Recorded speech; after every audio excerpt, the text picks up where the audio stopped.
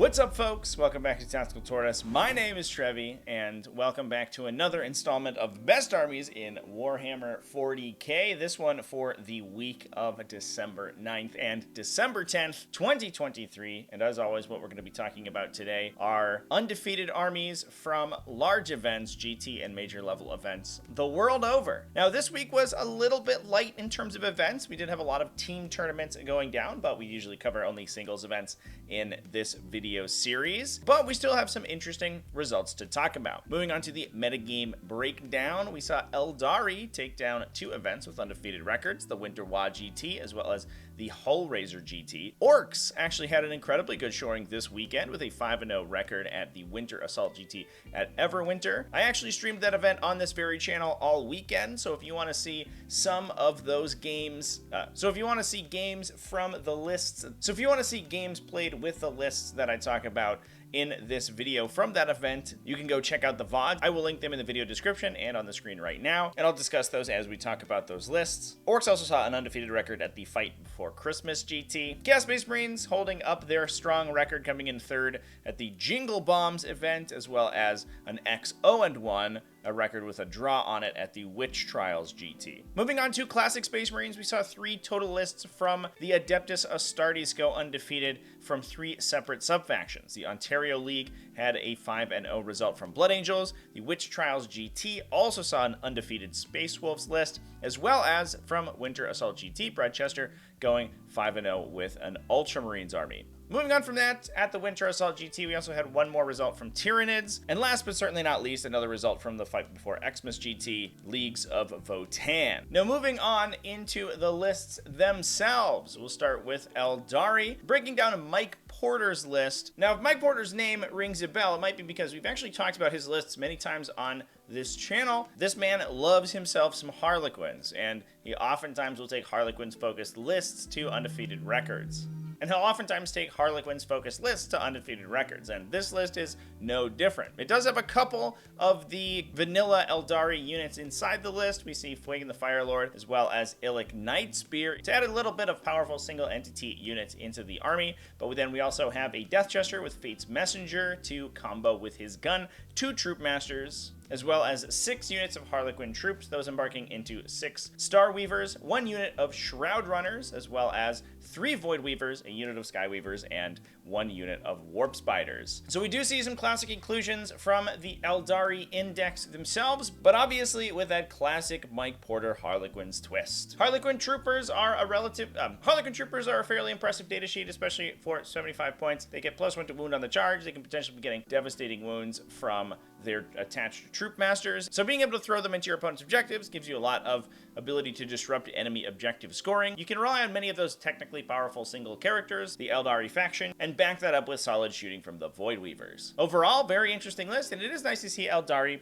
winning with some more esoteric varieties than the standard relatively cookie cutter lists we've been seeing in the past. Moving on to Orks, let's talk about Sean Nathan's list from the Winter Assault Major. Now, I did stream this list in his round 5 game against Chaos Space Marines, and I've streamed several of Sean's games in the past. In this event, he was running a Beast Boss on Squigosaur with Headwappa's Killed Choppa, Gazgul Thraka, the Great Man himself, as well as Mazrog's Gragbad. So we had the 2 big Squigosaur riding boys. Backing that up were 3 war bosses, one of them with Follow Me Lads, a Mega Armor War Boss with a Super Cyborg body, as well as a Waaagh Banner Knob. That Knob joined into a unit of 20 boys. We also had a truck to ferry around 2 units of 5 to go into that thing. We had a battle wagon to embark the 20-man boys brick alongside 2 units of Gretchen for support, 2 units of Mega Knobs, 1 of 3 and 1 of 2, to attach to either Gazgul or the Mega Armor War Boss characters, as well as 2 units of 3 War Bikers to add utility. Pretty interesting list, focused very heavily on, obviously, the damage output from those many characters in the army, but also the insane damage that the list can get out of the large boy squad, as well as the Knob squads, backed up by the Mega Knobs. There aren't too many big bricks that your opponent can get to grips with and really disassemble easily, so trading up into it is very difficult. That moves us on to the Jingle Bombs GT and Chaos Space Marines, where John Holbrook took the faction to a 5-0 result. This was a relatively standard variety. We took 3 Chaos Undivided Chaos Lords, those guys joined into 5 units of Undivided Chosen, and embarking into Nurgle Rhinos, alongside 2 Forge Fiends, one with the Mark of Chaos Undivided, one with a Mark of Nurgle, 3 units of Noise Marines to add a little bit of fast utility to the army, 2 units of Obliterators, both with Chaos Undivided, alongside 1 unit of Slaaneshi Warp Talons, and 3 units of Nurglings to add a little bit of utility. Relatively standard Chaos Space Marine build. It's interesting to see the Noise Marines taking the place of the Legionaries or even Accursed Cultists in the faster, more objective trading oriented units, but on the whole, nothing that we haven't really seen from Chaos Space Marines in the past. And with that, we will move on to classic Space Marines, starting with Blood Angels. Atal Walia took them to a 5-0 record at the Ontario 40k League. This is a very interesting list, focusing very heavily on a lot of classic Blood Angels unique units. This was a Gladius Task Force detachment led by Lamartis, but had no other characters in it, so we weren't seeing any. of the classic Gladius Task Force combos, like a Fire Discipline plus Lethal Hits brick. Instead, we had 3 Ball Predators with Flamestorm Cannons, a big unit of 10 Jump Pack Death Company Marines to join Lamartis into, 3 Gladiator Lancers for some backline shooting, 3 units of Inceptors, all of them with Plasma Exterminators, 1 unit of 6 and 2 units of 3. That big unit of 6 obviously can jump in and probably trade 1-for-1 with almost anything in the game, especially if you are targeting your Oath target with that unit. Turns out that many 3 damage overcharged plasma shots with rerolls to hit and wound, alongside potential use of Storm of Fire and some of the other Gladius Task Force synergies, is incredibly strong. We also then saw a Vindicator to add a resilient bulwark at the front of the army, and a Whirlwind to add a little bit of damage from the back. Altogether, an incredibly unique Blood Angels list, and it's really cool to see lists like these do well.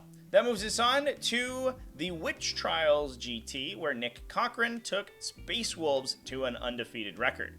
Nick was running a Space Wolves Stormlance Task Force, so we are focused very heavily on Thunderwolf Cavalries, because not only are they some of the hardest hitting melee units that Space Marines have access to, but they also are mounted and benefit from all of the incredible mounted synergies that the Stormlance detachment gives access to. This list was led by Harold Deathwolf. We also saw 3 Wolfguard Battle Leaders on Thunderwolves to add to their Blood Surge reactive move to their attached units, alongside 2 Wolf Lords on Thunderwolves to attach alongside them. 2 units of 3 Eliminators, one with Bolt Sniper Rifles, one with Las Fusils, alongside 1 Inceptor Squad with Plasma Exterminators, an Infiltrator Squad to protect against enemy Deep Strikers, and 3 units of 6 Thunderwolf Cavalry with Storm Shields. Backing that up with some backline shooting, we also had 2 Gladiator Lancers and a Reaper to add a little bit of flexibility to the weapon profiles that these Gladiators were bringing to the table. Last but certainly not least, to add utility to the army, was a single Drop Pod. Now, what was embarked in the Drop Pod? I don't know. It could have been the Eliminators. They don't have Instigator Carbine, so they don't get their shoot and scoot ability, which does combo pretty well with bringing them out of reserve, but also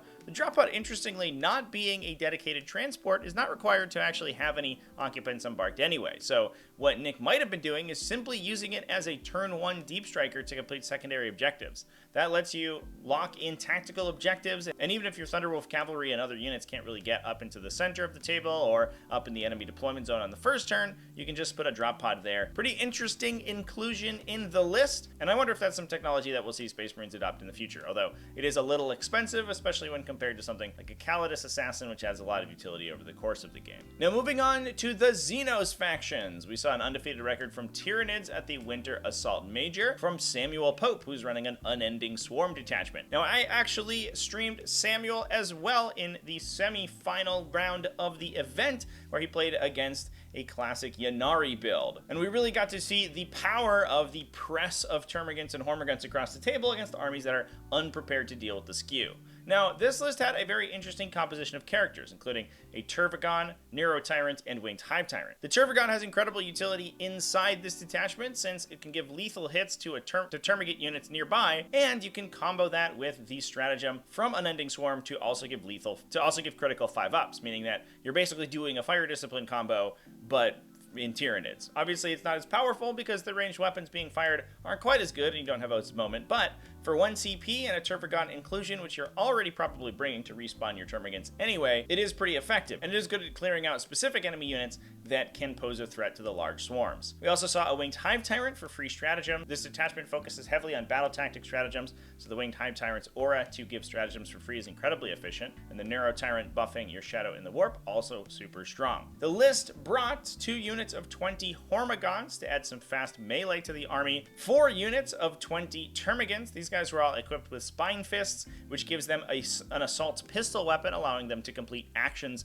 extremely easily in almost any situation, even if they're engaged in melee or are advancing, alongside a unit of Gargoyles. The Gargoyles are very, very good at respawning once they're destroyed, because with Deep Strike they can go into strategic reserve with the replacement effect, then use their Deep Strike to arrive to the battlefield again. Following that up, we also saw a little bit of damage help from 2 Exocrines and 2 Neurolictors, as well as a Standard Lictor, a Biovore to spawn some Spore Mines, and Venom Thropes, which will add stealth to a wide portion of the army and can back up with a little bit of anti-infantry fighting in the late game. Nice to see the Unending Swarm detachment do fairly well. It'll be interesting to see if it can continue to do well, with a lot of players focusing on very, very low volume anti-tank shooting to deal with things like Space Marine Ironstorm detachments. There are a lot of vehicles and a lot of elite units in the metagame right now, and something like an Unending Swarm is fairly well poised to take advantage of a metagame that's unprepared to kill the number of models it can bring to the table. We saw Sean Sullivan go 5-0 with a Leagues of Votann army at the Fight Before Xmas event. There were multiple undefeateds at the event, with Alex Cameron also going undefeated with Orks, but Sean actually did take down the event with a 5-0 record. Sean's list was led by an Enhere champion, as well as a Call with Grim Demeanor. We had 1 unit of Hearthkin Warriors that would split up between 2 Sagitaurs, alongside 2 units of Chthonian Berserks to embark into the other 2 Sagitaurs, 2 units of Brokir Thunderkin, 1 of 6, and 1 of 3. That 1 of 3 would embark into a Hekaton Land Fortress to protect it as it moves up the table, and also in reserve, we were placing 2 units of 10 Unhear Hearthguard, 1 of them with Vulcanite Disintegrators, 1 of them with Plasma Guns. Last but certainly not least, to add a little bit of utility and objective scoring, we had a unit of Hernkin Pioneers as well. This is a fairly standard, well-balanced variety, sort of a mid-range army from Leagues of Votann. It's not too focused on many of the scouting units that can be very first-turn oriented, and it's not too focused on the stat-checky, heavy units like Hekaton Land Fortresses. Instead, it's taking a smattering of all of them and gives itself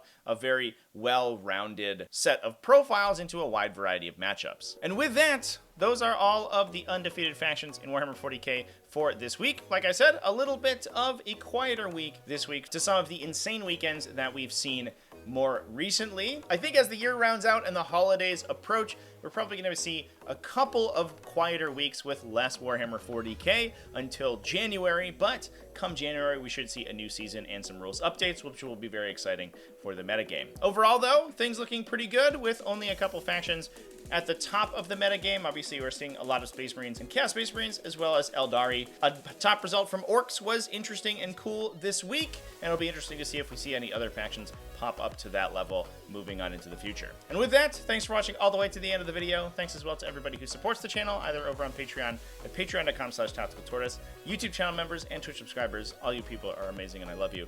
Remember to keep it classy, folks, and have happy wargaming.